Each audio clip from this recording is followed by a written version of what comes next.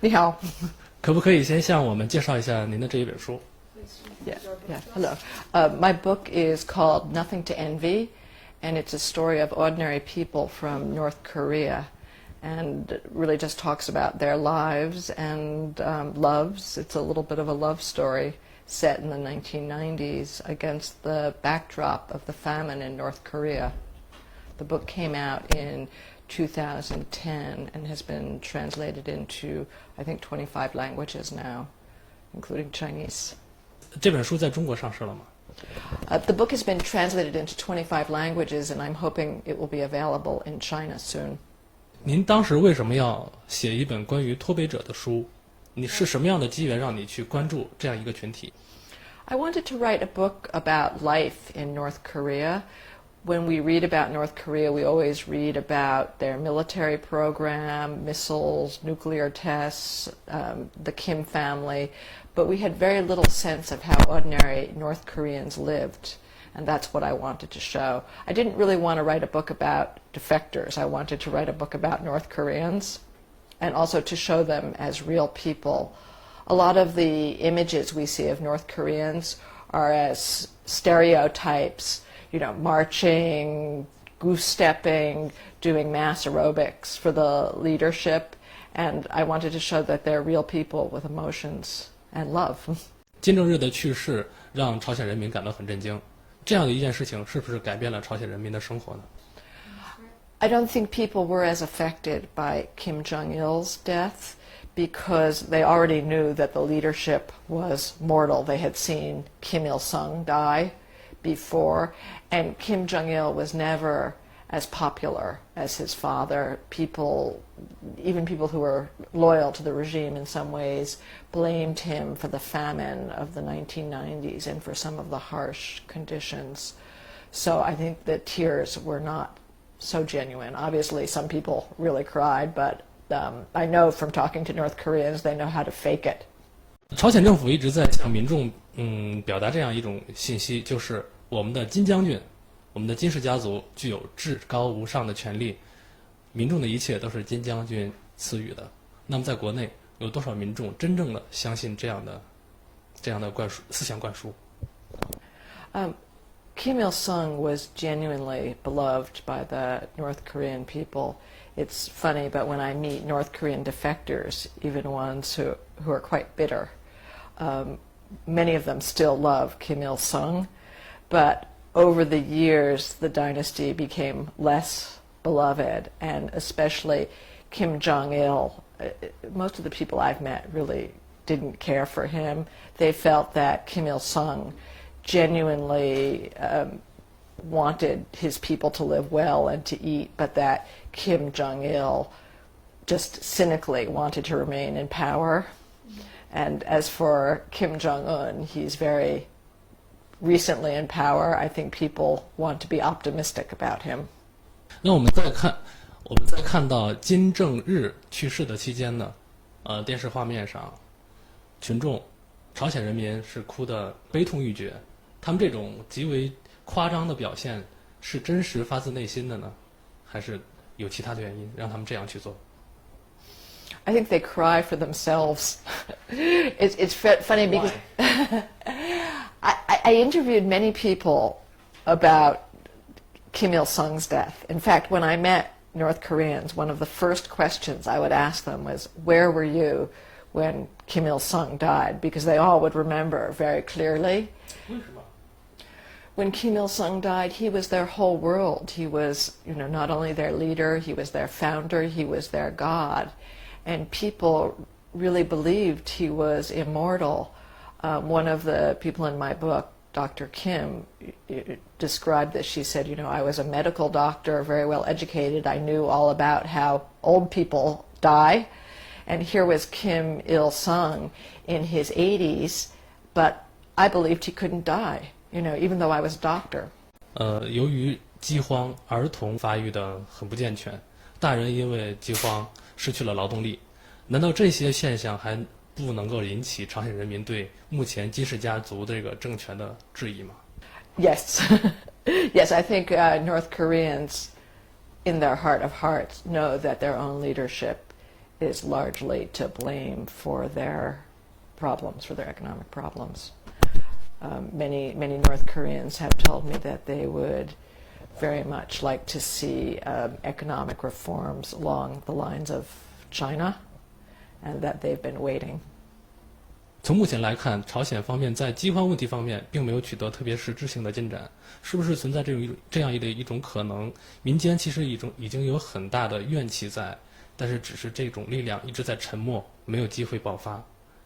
I don't think there's any resistance to the government in North Korea in terms of organized political resistance, but I see people less willing to follow orders. For example, in the last few years, Kim Jong-il tried to have the markets closed and issued, very strict regulations that would forbid them from selling rice or corn or soybeans. And in the past, whatever the government said to do, people would just do. But this time, many of the people working at the market, especially the women, especially the older women who have been supporting the families, said, if you forbid us from selling, our families will starve. And they did resist. It's not political resistance, but they're not following orders the way they used to. 朝鲜一直是一个相对比较封闭的国家，无论是从经济、政治还是文化方面，尤其是在信息的传播方面封锁得非常严厉。而这些脱北者是如何产生这种脱离朝鲜的这样一个念头？他们的信息从何而来？ Although North Korea has tried to seal off the country from the outside world, they don't want any information to seep in. That's why there's no foreign newspapers. It's forbidden to listen to foreign radio or television. But word of mouth is very powerful. And during the 1990s, when people were starving, a few crossed the river to China, and they would come back with stories. They would say, oh, people in China, they eat rice, they eat white rice, sometimes 3 times a day. And so those rumors spread through the population, and people knew that if they escaped into China, they would be able to eat. 那这种信息的传播是点对点，还是像辐射一样非常广泛的传播开来呢？ Yes, the rumor spread fast that if you could just cross the Tumen River into China, you would be able to find food, that either people would give you food, or even in the woods there were things to eat. In North Korea, it's very hard to find any wild foods. You can't find frogs, you can't find birds, but the rumor spread that there was food in China, and that's why people started to leave. 朝鲜政府也是极力的在阻止人们从朝鲜逃离。朝鲜政府为什么这么担心他们的民众从自己的祖国出逃呢？ The title of my book is We Have Nothing to Envy, and this is based on a North Korean song. We have nothing to envy in the world. We live under the loving care of, our dear leader. But they realize that if people look outside of North Korea, they'll see that this is a lie, because in fact, North Korea is one of the poorest countries in the world. Some people have said it's the worst country in the world to live in, because even in countries in Africa where there's more famine conditions, people are relatively freer to try to improve their lot in life. And the North Koreans don't want people to see the outside world. They especially don't want them to see places like South Korea and Mongolia, and I've got to say especially China. The North Koreans who I know grew up in the 70s and 80s thinking that they were much richer than the Chinese, and they were like, okay, the Japanese are rich, the Americans are rich, the South Koreans are rich, but at least we're better off than the Chinese. And China is, to the North Koreans, a big threat by example, because there's such relative prosperity in China. In my book, I'll tell the story about Dr. Kim. There's one woman in my book, Dr. Kim, I've mentioned her before, and her father was one of the Chosunjok. He was born in China and came to North Korea because it was better off in the 1960s. And she really grew up thinking, okay, we're better off than China. But in my book, she's actually starving, and she crosses the Tumen River to China, really not planning to defect. She's just leaving in order to get some food to feed herself. And she crosses the river and walks into a farmhouse on the Chinese side, and she peeks over the gate and she sees on the ground and the pavement a bowl with rice and a little bit of scraps of meat. And she can't understand this because she hasn't eaten meat in several years, and she's barely had any rice, any white rice. And then she realizes that that bowl is for the dog. And she said in that moment she realized that dogs in China live better than doctors in North Korea, and that everything she'd ever been taught was a lie. 在脱北者产生这种想逃离朝鲜的念头的时候，他有没有和别人进行交流？会不会影响其他人的思维和想法？ Yes, I mean, often what happened was people would leave for China, and then they would maybe work illegally, or they would go on to South Korea, and they would try to save some money, and then with that money they would try to bring out their family members, because most of the people who leave really, they want food, they want money, they want clothes, but ultimately they want their own families. So many of the defectors who come out nowadays have relatives who came out before them. Personally, I've met one-on-one, I've met several hundred people. I was based in Seoul for almost 5 years, and I think I interviewed defectors every week. I was always trying to talk to North Koreans who came in recently, because they're the best source of information about what's going on in North Korea. Even though there's reporters working in North Korea right now, I think there's a Xinhua bureau and there's an AP bureau. The Russian news agency TASS has a bureau. It's very difficult to report inside North Korea. So you can find out about social trends and economic trends through defectors. 当脱北者从朝鲜逃离了之后，他们之前对金氏家族的那种崇拜，对朝鲜以前的印象，还会保持一致吗？是什么让他们改变了这样的想法？ No. After they leave North Korea, they don't worship the Kim family in the same way, and it's amazing to me to see how quickly they learn about the outside world. One of the women in my book, her name is Mrs. Song. She never wanted to leave North Korea. I call her the true believer. She really loved Kim Il-sung. She loved Kim Il-sung more than her own daughters. She told me this. She really loved him. But it's a long story, but one of her daughters kind of tricked her into coming out of North Korea. Almost had her kidnapped, but because she didn't want to leave North Korea. But she got to China, and she said she spent several days in a farmhouse in northeastern China, and she ate sausage and she ate rice and she watched television, and she said that there was an electric rice cooker in this house where she was staying, and every morning she would hear the bell when the rice was finished, and she said and she would wake up to the bell of the electric rice cooker. She thought it was the most marvelous thing she'd ever seen. She'd never seen a rice cooker, and this was only like 8 years ago. This was not long ago, but she'd never seen an electric rice cooker, and she said that bell was like her wake-up call. And one morning she heard the bell and she said, life in North Korea is terrible. We live like animals. And she was already old. She was in her 50s, and she said, maybe I have a few years left of my life, but I want to live. And she never went back. 在朝鲜的时候，因为缺少食物，可能连亲朋好友之间都不会分享自己的食物或者其他的物资。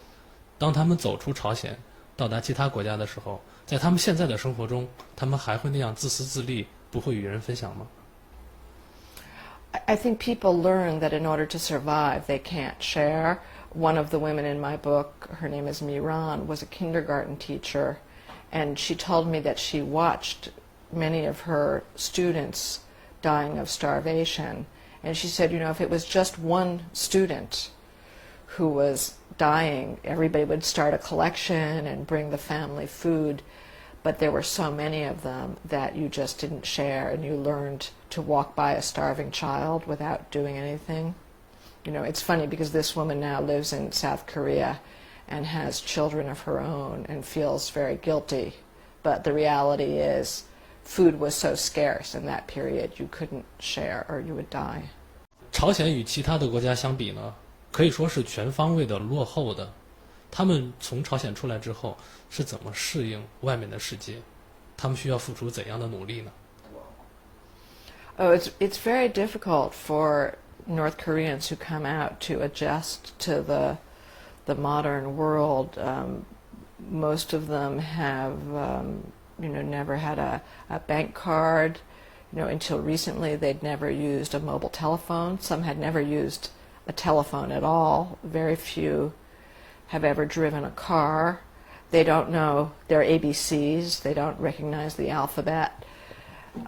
So when they come out, I mean, they're almost, like newly born again, because they're not, certainly nobody's ever used the internet. And it's quite difficult for them academically because their education system is pure propaganda. And so even though the level of literacy is very high in North Korea, if they're in the sciences or any other field, their knowledge is very limited. I think many of the North Koreans, try to learn. They work very hard to learn, and there's programs to help them assimilate to life in South Korea. They learn how to take the bus and subway, how to use a mobile telephone, how to use an automatic bank machine. But they're not really trained to live on their own, to make decisions about their own careers and what to eat and what to do, so it can be quite difficult. 目前生活在国外的脱北者，回过头来怎样看待自己的祖国朝鲜？ I think the defectors view their own country, their original country, with great sympathy and longing. Most of the defectors I know left thinking that North Korea would change or collapse within a few years, and that they would be able to go back, and that the Koreas would be unified. And so it's a matter of great pain for them that North Koreans are still hungry and trapped in their country.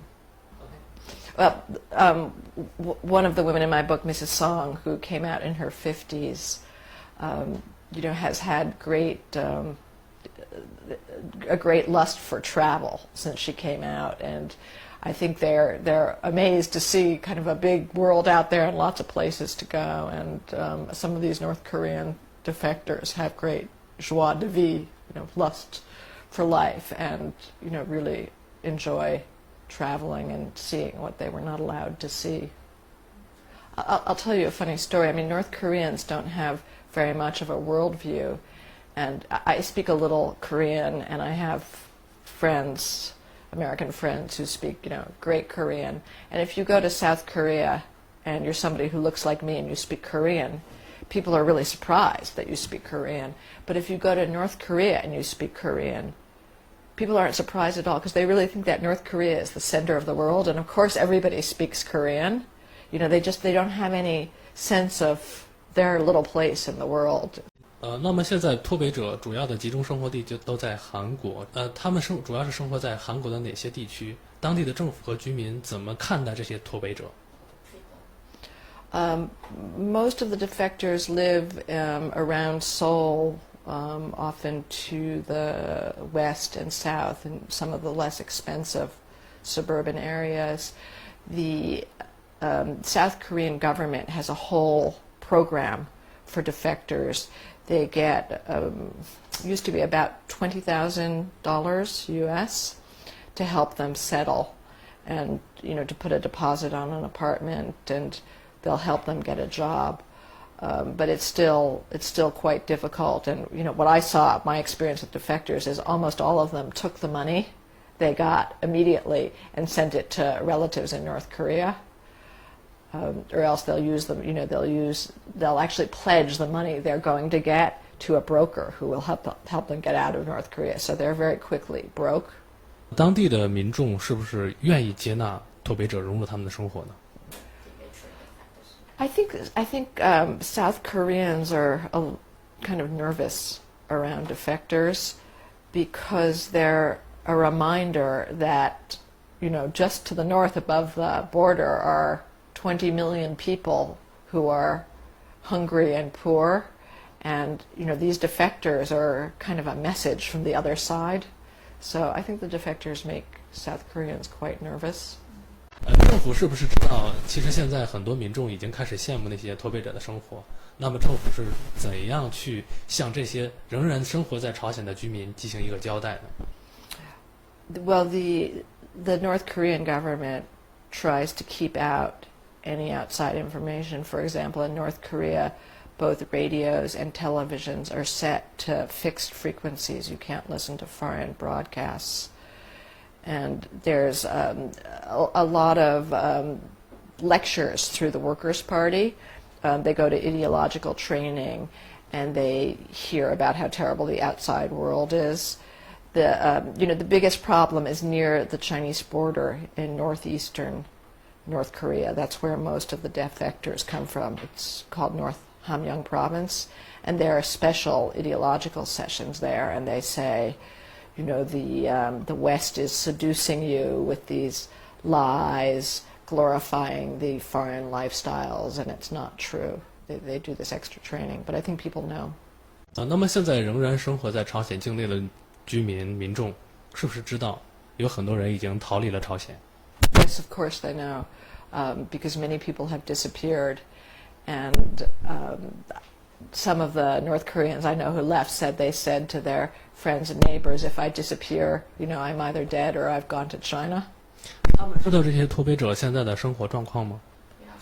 I think they have a better idea than they used to. It's really impossible in 2012 to keep a country sealed off from the outside world. And nowadays, some of the defectors living in South Korea send money through brokers in China to their families in North Korea. And so the North Koreans, they don't know exactly, but they have a good idea that people are much better off outside the country. 这些居民是如何看待脱北者的呢？是觉得他们是叛徒，还是羡慕他们的现在生活？ Well, there's a lot of propaganda to tell them that, the people who've defected are pawns of the evil imperialists and, are being tortured and kept under terrible conditions. But yes, I think they do.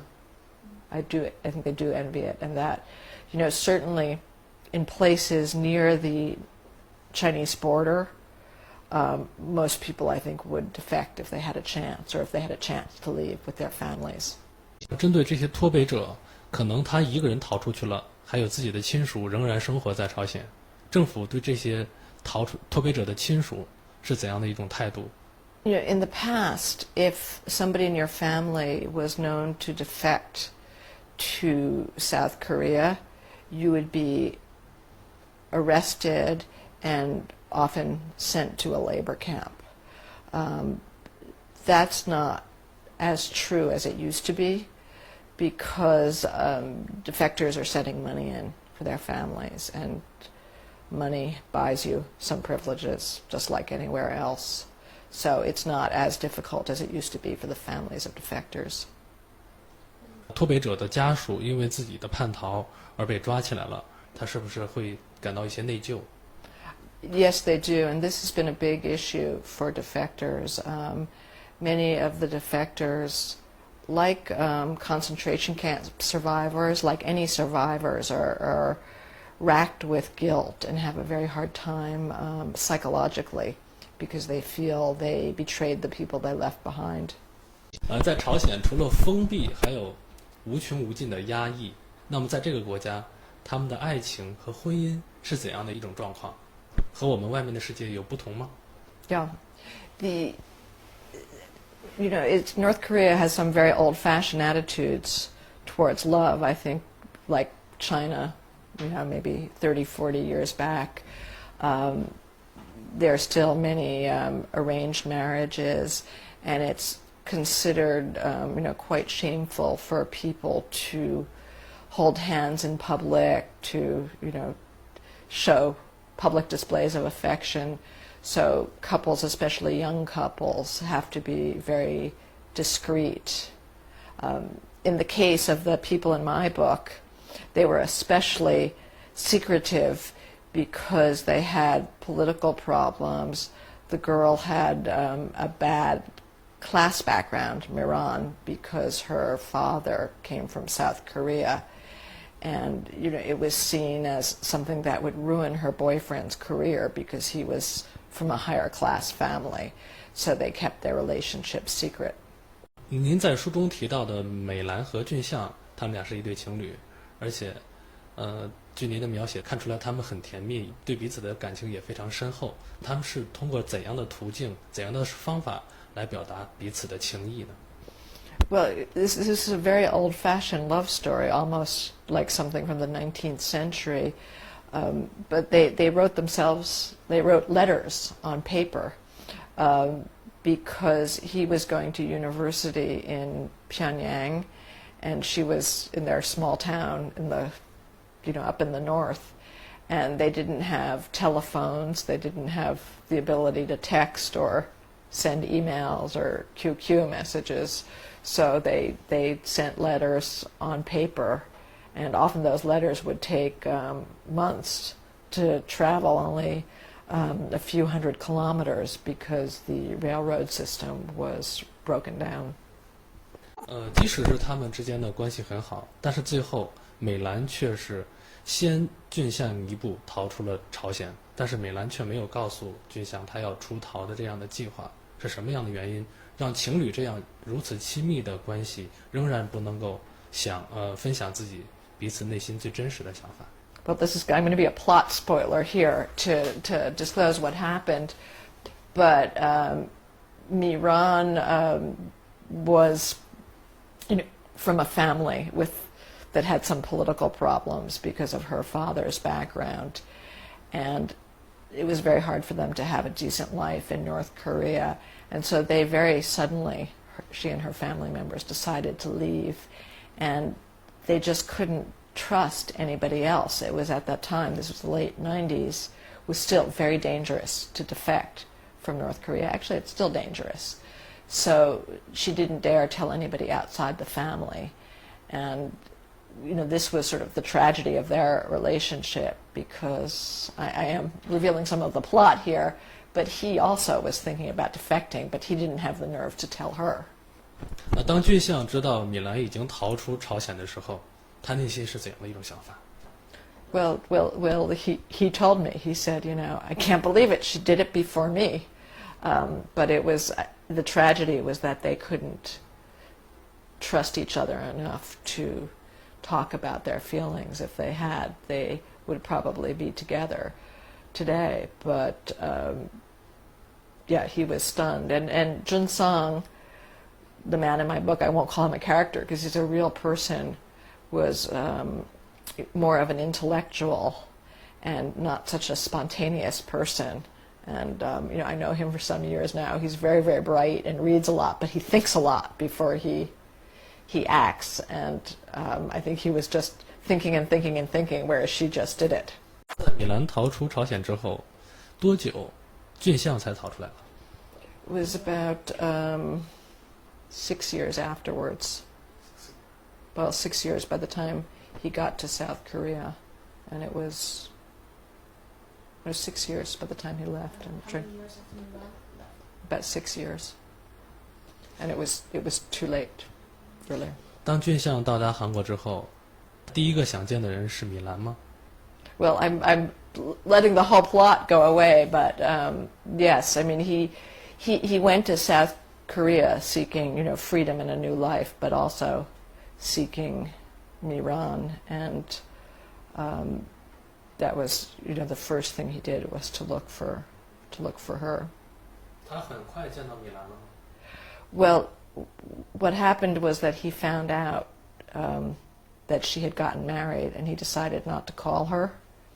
And then he ran into somebody from her family, and then they did meet. 那他们第一次见面是什么时候呢？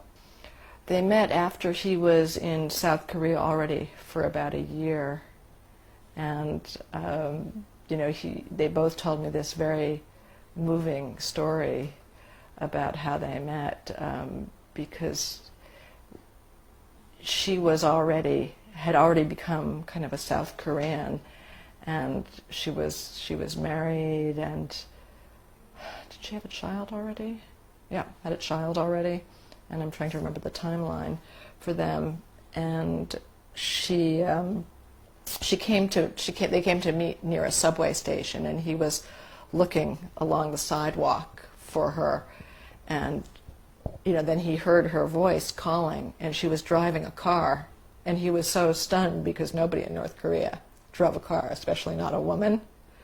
And he could see that she had already become a South Korean, and in social status had moved above him, and he was just what we say is fresh off the boat. And it was sort of impossible for their relationship to go back to the way it used to be.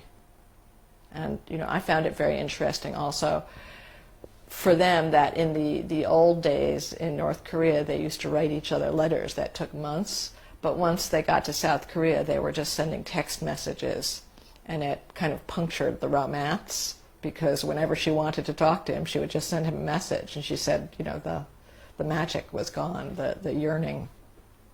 他们现在对彼此的感情还会像以前那样浓厚吗？